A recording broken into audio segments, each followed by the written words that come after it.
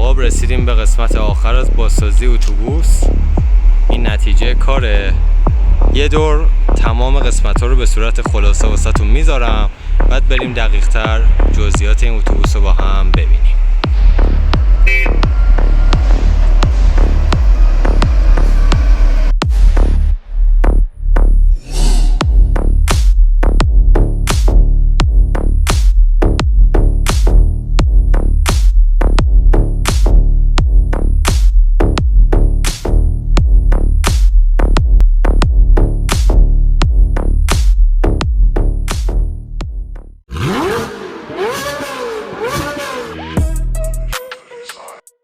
همونطور که میبینید به کمک من و بقیه دوستان بالاخره بازسازی اتوبوسمون تموم شد.